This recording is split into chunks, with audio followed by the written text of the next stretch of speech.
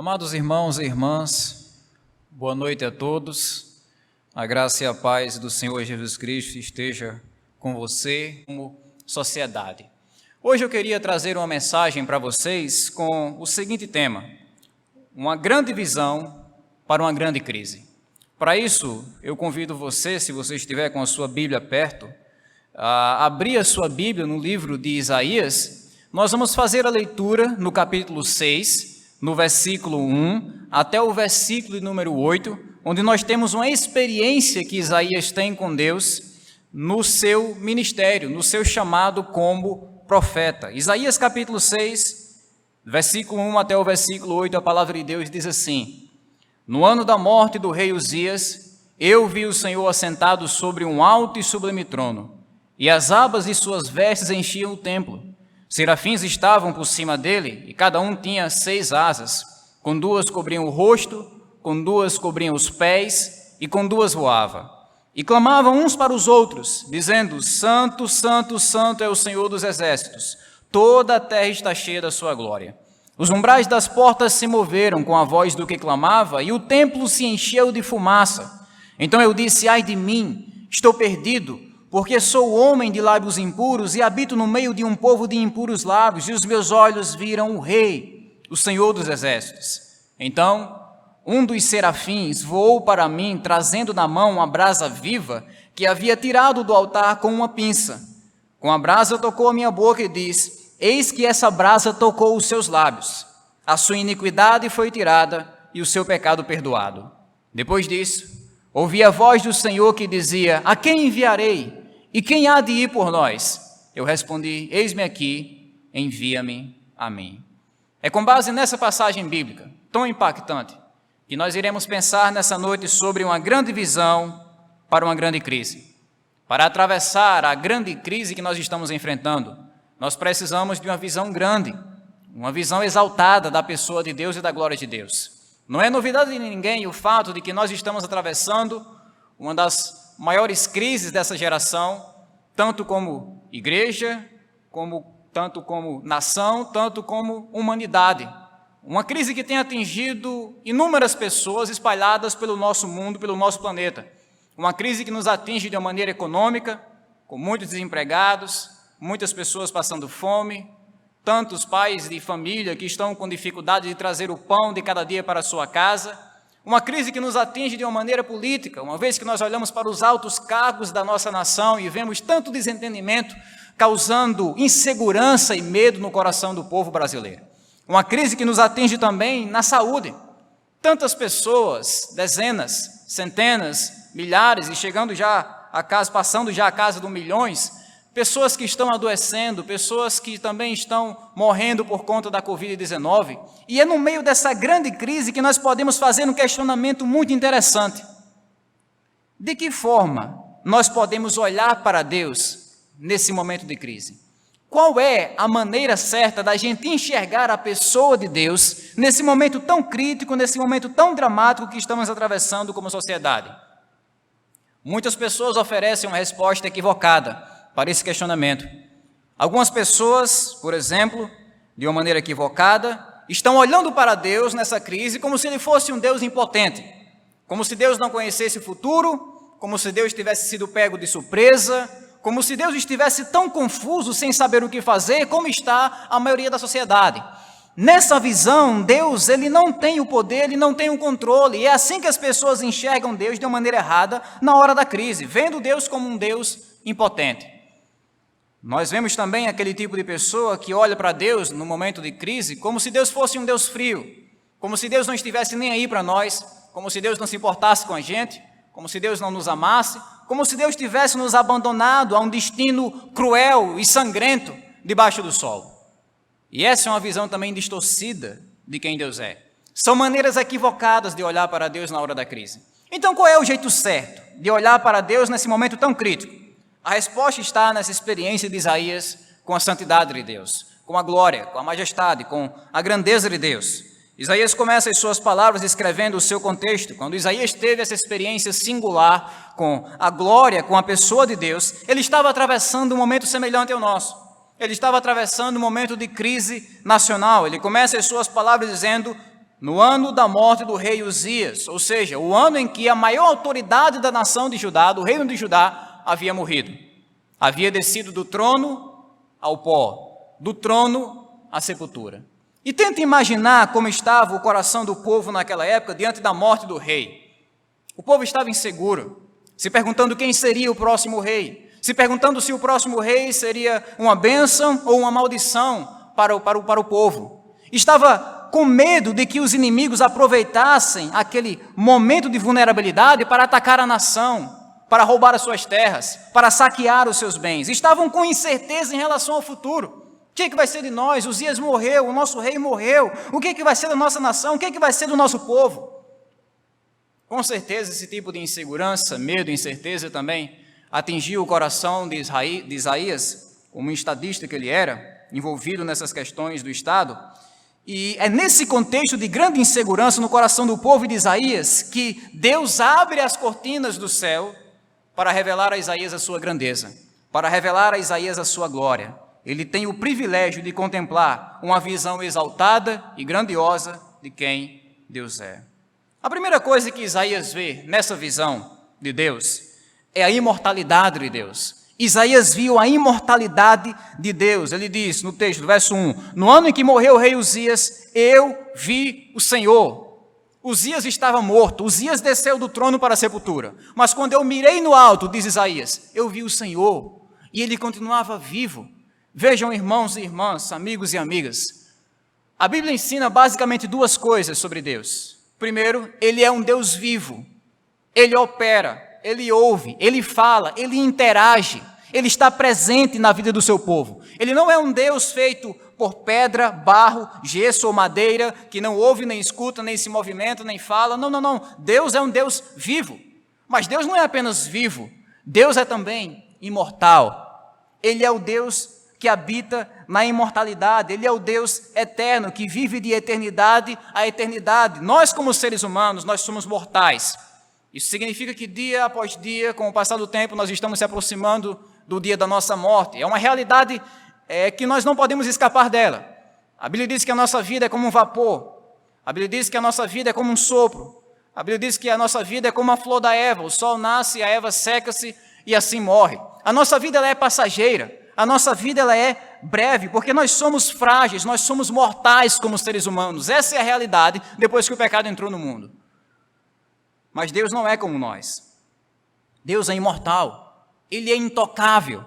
Vejam, se todos os homens do mundo, se todos os exércitos do mundo unissem o seu poder bélico, se todos os anjos do céu, se todos os demônios do inferno, se todas as galáxias do universo unissem todos os seus recursos de uma só vez para tentar ferir a Deus, nós não conseguiríamos nem sequer causar um arranhão nele, porque ele é intocável, ele é imortal. E é esse Deus que Isaías está contemplando aqui, essa é a visão que Isaías está tendo da majestade de Deus. No ano em que o rei Uzias morreu, eu mirei no alto, eu olhei para o alto e vi o Senhor, que é imortal, que é invencível, um rei que não morre, um rei que não perece, que tem um reinado que nunca passa. Então, nesse contexto que nós estamos vivendo na sociedade do século 21, em que muitas pessoas estão com medo da morte, temendo pela própria vida, nós devemos encontrar forças no fato de que nós servimos um Deus que é imortal. Esse é o nosso consolo na vida e na morte, de que nós pertencemos, quer vivos ou mortos, nós pertencemos a um Deus que não morre. Nós confiamos e nos entregamos a um Deus que é imortal, e é por isso que nós podemos confiar na palavra desse Deus. É por isso que nós acreditamos e descansamos na vida eterna que está em Cristo Jesus. Por que Ele promete a vida eterna? É porque Ele tem essa eternidade, Ele tem essa vida eterna em si mesmo. E Ele compartilha isso conosco através de Cristo Jesus. Nós podemos confiar na vida eterna que está em Cristo Jesus, porque essa promessa vem de um Deus que é imortal. Foi isso que Isaías viu. E essa é a visão que nós precisamos para um momento de crise. Enquanto muitas pessoas temem pela própria vida, temem diante da morte, nós entregamos a nossa vida, nós entregamos o nosso corpo e a nossa alma a um Deus que não morre, ao Deus que nos promete vida eterna. Outra coisa que nós notamos em nosso texto é que Isaías viu a soberania de Deus. Eu vi o Senhor assentado sobre um alto e sublime trono. O que o trono representa? Representa o domínio de Deus. representa o controle que Deus tem sobre todas as coisas. Eu olhei para o alto e eu não vi um Deus impotente, fraco, limitado, sentado no chão, não, um Deus glorioso, um Deus ilimitado, um Deus imortal, um Deus soberano que estava sentado no seu trono. Isso significa que o controle da história, o controle de todos os acontecimentos globais ou pessoais da história, estão rigorosamente debaixo das mãos de Deus. É Ele que tem esse controle. Ele governa sobre tudo, Ele governa sobre todos. Nós não vivemos em um mundo que é governado pelo acaso, que é governado pela sorte, que é governado por meras coincidências. Não, nós vivemos em um mundo que é governado por Deus. Um Deus que está no trono. E o texto diz que Ele está assentado no trono. Isso quer dizer que Ele domina sobre tudo sem fazer o mínimo esforço. Ele não está com dificuldade de manter o controle da situação, como muitos poderosos presidentes, reis e autoridades da nossa época estão com dificuldade de manter o controle. Deus não compartilha dessa dificuldade e limitação. Deus continua assentado no seu trono, governando soberanamente, absolutamente todas as coisas, sem fazer o mínimo esforço. Sem fazer o mínimo esforço. Então, na grande crise que nós estamos enfrentando, no século XXI, como igreja e sociedade, nós precisamos ver Deus como o nosso soberano. Nós precisamos ver o controle absoluto que Deus tem sobre todas as coisas. Todos os acontecimentos bons que acontecem em nossa vida são resultados da mão soberana de Deus. E é por isso que nós glorificamos a Ele. E por outro lado, todos os acontecimentos ruins e desconfortáveis que acontecem com a gente não é resultado do acaso. É por causa da mão de Deus. Deus promete fazer com que todas as coisas cooperem para o nosso bem.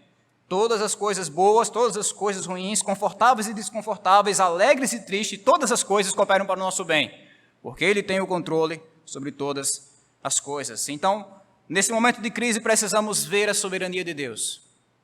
Uma grande visão para uma grande crise é enxergar Deus como grande soberano, como grande soberano. Quando você estiver na frente da TV, vendo as notícias no jornal, ou com o seu celular na mão, vendo as notícias, lendo as notícias e os números, lembre-se disso. A mídia não é soberana, a ciência, em sua limitação, não é soberana, o Estado não é soberano, Deus é soberano, o nosso Deus é soberano, o nosso Deus governa sobre os homens e os anjos, o nosso Deus governa cada átomo do universo, e é nele que nós depositamos a nossa confiança. É nessa perspectiva que devemos ouvir as notícias ao nosso redor, sabendo que a palavra final é de Deus.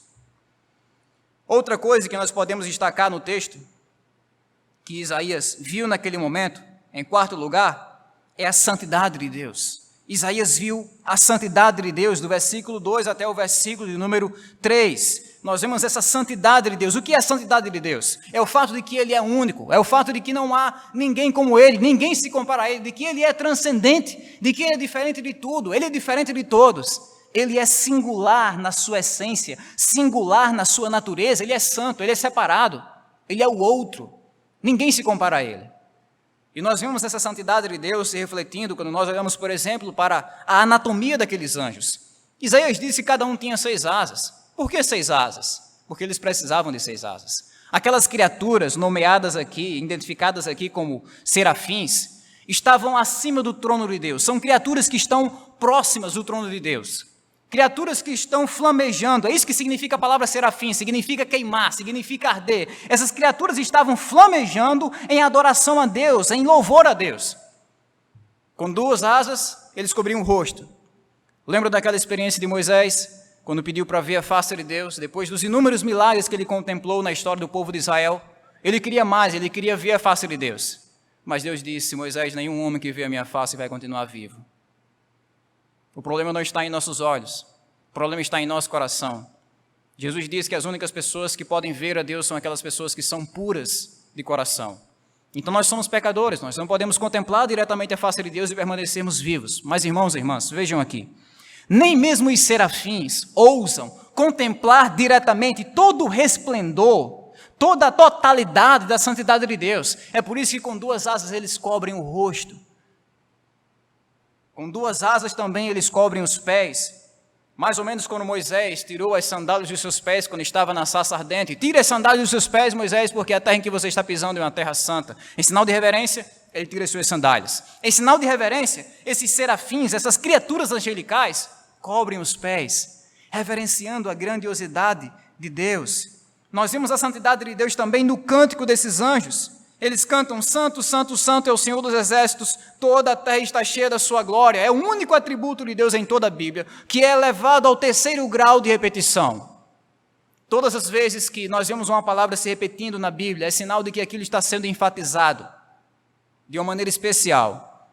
Pois bem, aqui é uma ênfase singular na santidade de Deus. O único atributo que é elevado ao grau superlativo é a santidade de Deus. Santo, Santo, Santo é o Senhor dos exércitos. É isso que eles estão cantando. Toda a terra está cheia da glória de Deus. Toda a terra está cheia da majestade, da grandeza de Deus.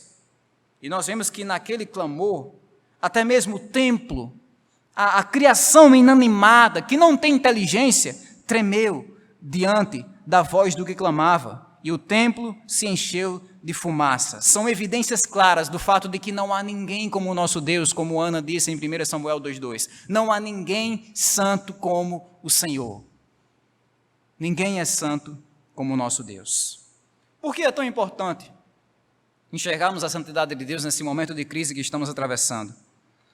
Na grande crise que nós estamos atravessando, nós não devemos macular ou manchar a santidade de Deus.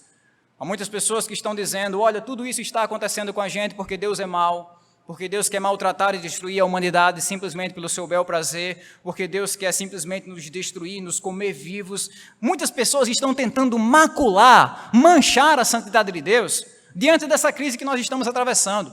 Mas como povo de Deus, nós sabemos isso com muita firmeza em nosso coração. Todos os caminhos do Senhor são santos. Todas as obras do Senhor são retas. Todos os pensamentos do Senhor são puros. Todos os decretos de Deus são inquestionáveis, porque a sua santidade é a essência do seu ser, é a essência daquilo que Ele faz. Deus não é um Deus manchado pela culpa do mal. Ele é santo, santo, santo. Então a melhor coisa que nós podemos fazer na grande crise que nós estamos enfrentando não é tentar acusar Deus de algum tipo de defeito ou pecado, mas é esperar no Senhor, tendo a confiança de que Ele é santo e de que todos os seus caminhos são retos. E em último lugar, Isaías viu também a graça de Deus. Do versículo 4 ao versículo número 8, o texto diz que quando Isaías foi confrontado com aquela santidade de Deus, a gloriosa santidade de Deus, ele começou a sentir o peso pelos seus próprios pecados. Ele lançou uma maldição sobre si mesmo. Ai de mim, porque eu sou pecador. Porque os meus lábios já proferiram palavras impuras. Ele começou a ver também o pecado do povo, o pecado da nação. Eu habito no meio de um povo de impuros lábios. É isso que acontece quando temos uma visão alta e grandiosa de Deus. Nós começamos a perceber que Deus é grande e começamos a perceber que nós somos pequenos, que nós somos frágeis, que nós somos pecadores. E é isso que Isaías está sentindo aqui. O que Deus faz? Deus esmaga Isaías? Não. Deus diz: Isaías, você está paranoico demais? Também não. Deus perdoa Isaías.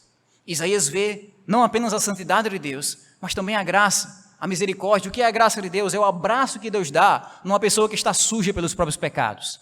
Um abraço afetuoso que Deus dá no pecador. Isso é a graça de Deus, é o favor imerecido. E é isso que Isaías recebe aqui quando confessa os pecados.